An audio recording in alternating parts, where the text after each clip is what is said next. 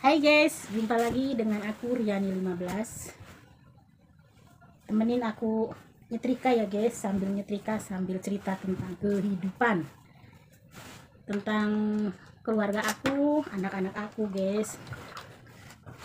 Ini hari raya udah selesai ya, walaupun bau-bau hari lebarannya masih kental guys. Orang-orang di kampung masih banyak yang belum pada mudik ya, belum pada mudik balik gitu. Dan aku setelah hari lebaran ini ada harap-harap cemas guys. Kenapa kalian tahu apa yang aku harap-harap cemaskan? Jadi ceritanya begini. Anak aku yang kedua ini cowok juga ya, umurnya udah 24 ya, mendekati 23 lewat. Dia pengen banget jadi TKI guys. Negara tujuannya Taiwan. Sebenarnya orang tua mana yang menginginkan anaknya jadi TKI ataupun TKL? Ya enggak. Walaupun kita ini sebagai TKW ya, kata orang di kelas tinggi mah kita ini devisa negara. Apapun itu judulnya, kita ini ngebabu atau muli ya guys. Tidak menginginkan anaknya ini jadi ikut-ikutan kita merantau ke luar negeri, tidak ingin guys, bagi aku ya. Tapi ada juga sebagian orang tua yang menginginkan keluarganya ikut-ikutan gitu. Aku sama sekali tidak mengizinkan anak aku sebenarnya gitu loh. Dari lubuk hati yang paling dalam itu aku tidak menginginkan. Karena tahu sendiri guys, apalagi untuk pemula ya, kerja di pabrik. Aku yang udah dengkotan pabrik nih, aku dengkotan pabrik Korea loh. Kerasnya negara Korea, kerasnya disiplin kerja pabrik. Pengen ke kamar mandi aja nih, pengen buang air kecil aja, mesti ditahan dulu. Tidak segampang kita yang kerja-kerja rumahan. Apalagi kalau kerjaannya berat banget gitu, kita nggak sanggup. Nggak bisa juga kita menolak untuk memegang mesin yang mana, itu nggak bisa. Berdarah-darah pun yang aku lakuin di Korea. Tanganku ini nih putus nih, hampir putus nih, bekas jahitannya juga ada tuh. Jari kelingking aku hampir putus kena cutter. Pas waktu itu megang mesin plastik yang buat tempat ikan-ikan itu, kecil-kecil itu guys, ikan-ikan hias kan, itu tempatnya kan bok kecil begini, itu ngerapihin pinggirnya masih cepet aku ke cutter. Tangan aku ini ngamprek gitu loh. Langsung ke rumah sakit, dijahit tanpa dibius guys. Aku suruh gigit itu semacam busa apa gitu loh ya, suruh gigit itu sama dokter tanpa dibius, dijahit, langsung pulang ke pabrik kerja. Itu aku udah ngalamin 2 hari sesudahnya, tangan aku itu bengkak segede-gedenya ini jentik, sampai pakai sarung tangan nggak muat, sobek sarung tangannya. Kebayang sakitnya, cemut-cemut, kepala aku pening kayak linglung, masih tetap kerja guys. Dan itu akan dilakukan oleh anak aku sendiri. Ya doa orang tua mah yang terbaik ya, moga kerjanya tidak kenapa-napa, majikannya baik, kerjaannya ringan. Tapi apapun itu, kalau bisa jangan gitu. Toh di Indonesia pun tidak kekurangan makan. Kerjaan walaupun gaji kecil ada gitu. Ya pengen lebih, carilah usaha sampingan gitu. Entah bisnis apa yang penting kita ada kemauan. Tidak merta mesti larinya ke luar negeri yang gajinya puluhan juta, itu tidak semestinya begitu. Itu keinginan aku guys. Aduh, kalau ngomong itu tuh aku pengen jerit, pengen nangis, nggak usah gitu. Cukup aku aja. Bukan karena ongkosnya yang puluhan juta, enggak. Kalau ongkos bisa dicari di sini, aku sambil berangkang ya, sambil ngesot cari uang buat nutupin ongkosnya dia, aku masih mampu guys. Apalah dayaku, aku hanya seorang ibu bagi anak aku yang dari kecil, bukan tangan aku yang membesarkannya guys. Jadi omongannya itu gak didengar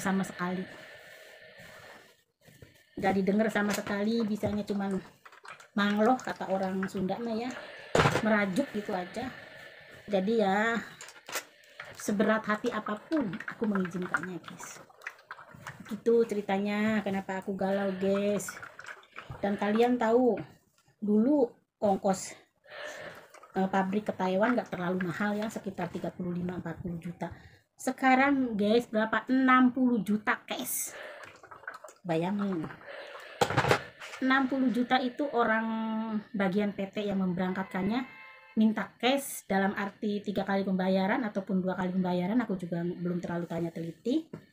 Dan 60 juta itu masih ada potongan guys, selama 6 bulan.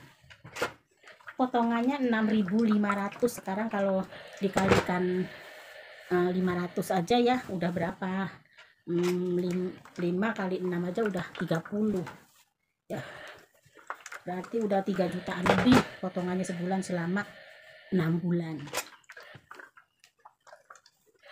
Dan kalau misalnya kita bayarnya nggak nyampe 60, misalnya 40 atau 50, kita masih punya utang tuh ke orang PT 10 juta ataupun 20 juta, nanti di sananya tuh potongan wajib 6.500 dipotong lagi uang sisa pinjaman ke PT. Aduh, nggak kebayang ya, mahal banget. Kenapa anak aku nggak ke Jepang aja gitu kan, keponakan aku ke Jepang ini, rencana ke Jepang nih, udah lagi proses penunggu berangkat ya, karena dia udah prosesnya sih udah lama ya, udah hampir 3 tahun mau berangkat, pas kena covidnya parah jadi nggak jadi. Sekarang udah bisa, udah turun katanya, tunggu tinggal proses berangkat.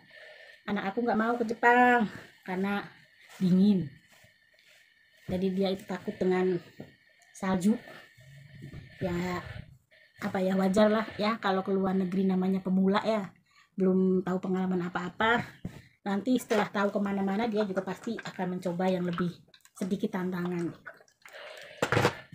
Nah itu cerita dari aku ya, cerita apa ya, inti dari ceritanya tuh, keluar negeri itu nggak gratis guys. Keluar negeri itu pakai duit dan mahal.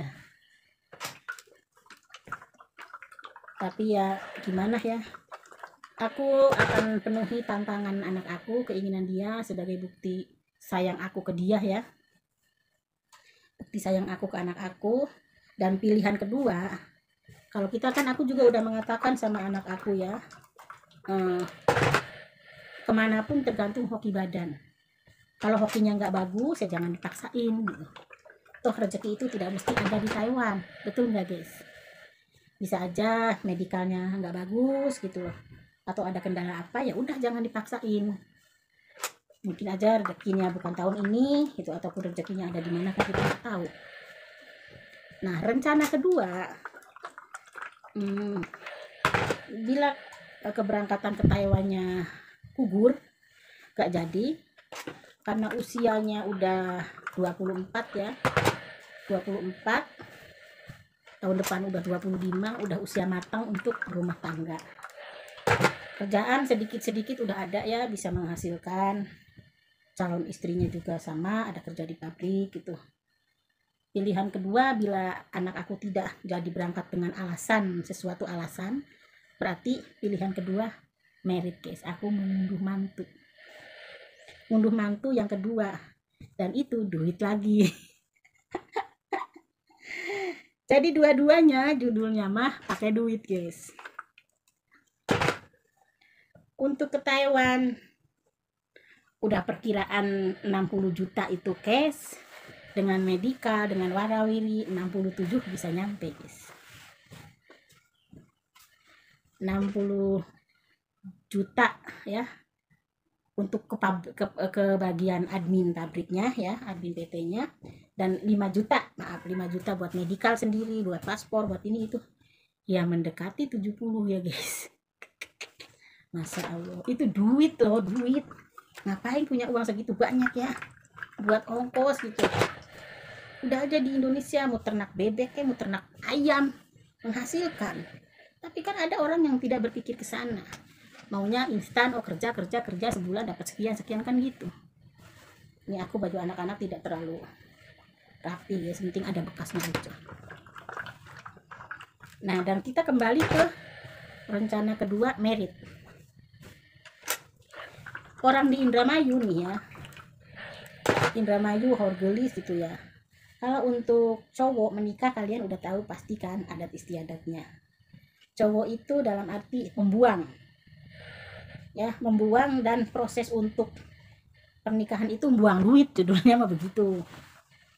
Sekarang untuk biaya nikah itu IPK ya, kalau IPK mah murah lah, sekitar enggak, yang aku nikahin anak pertama aja IPK-nya cuma 2 juta ongkos. IPK itu apa ya, biaya nikah kan dari pihak cowok. Nah kalau yang mahalnya kan ngebesan. Ngebesan itu kalau di Indramayu guys, jadi menyerahkan perabot rumah tangga, dalam tanda kutip itu satu rumah kecil lengkap ya, satu kamar lengkap gitu loh, dari tempat tidur, meja rias itu, sofa, lemari gitu, itu udah pokoknya aja ya, itu termasuk pokoknya aja. Kalau kita lebih ya mau kulkas, mau mesin cuci, mau dandang, apapun itu dibawain, udah kayak pindahan guys. Dan itu kalau ditotalkan ya, dari mas kawin ya, mas kawin, biaya nikah, ini itu 50 juta itu udah nggak tanya guys, dengan harga-harga sekarang gitu. Itu termasuk kelas kampung ya, bukan kita masuk kelas kota, itu termasuk kelas kampung, pasaran kampung. Tapi kan tiap orang juga rezekinya nggak sama, ada yang lebih dari itu pengeluarannya juga banyak ya. Ini mah istilahnya kelas aku ya, kelas aku orang nggak punya. Untuk biaya pernikahan bontot itu bawa-bawa perabot, biaya nikah itu paling kecil 50 juta, itu tidak termasuk resepsi ya. Kalau di harga list di aku itu untuk resepsi pernikahan, di pihak perempuan kan kebanyakan yang keluar modal itu pihak perempuan. Jadi kita bawa barang-barang, bawa mas kawin apa yang resepsinya di pihak perempuan, dan kebanyakan itu yang danain pihak perempuan, terkecuali ya ada kesepakatan atau misalnya ini aku mau bantu 10 juta atau 15 juta bantu resepsi pernikahan, kita bantu biaya rias atau apa, itu beda lagi guys. Jadi dihitung-hitung, dipikir-pikir 2 kali 3 kali mikir nih guys, untuk menikahkan anak laki-laki aku dan keinginan dia ke Taiwan, judulnya sama, pengeluarannya sekitar segitu, sekitar 60 jutaan. Cuman bedanya kalau anak aku gak berangkat, dia menikah, punya istri, ada yang ngurusin begitu. Kalau anak aku berangkat kerja ke Taiwan, insya Allah kalau hokinya baik, dia akan menghasilkan. Setidak-tidaknya pulang modal dan dia punya pengalaman begitu. Nah aku mau minta saran nih guys sama kalian, apa yang mesti aku lakukan dengan situasi seperti ini guys. Tolong komen ya, komen di bawahnya apa yang mesti aku lakukan guys. Aku ini lagi harap-harap cemas, secemas-cemasnya. Terima kasih dan terus dukung channel Riani 15, channel Olis 15 Lukito Yaman channel ya guys, karena di tiap akhir bulan ya, bila YouTube aku masih menghasilkan nih, kita mau adain bagi-bagi pulsa ya, tiap orang 50.000. Pulsanya nih tidak diuangkan guys, tidak bisa diuangkan karena ini kan niat aku berbagi pulsa ya. 50.000 untuk satu orang, berapa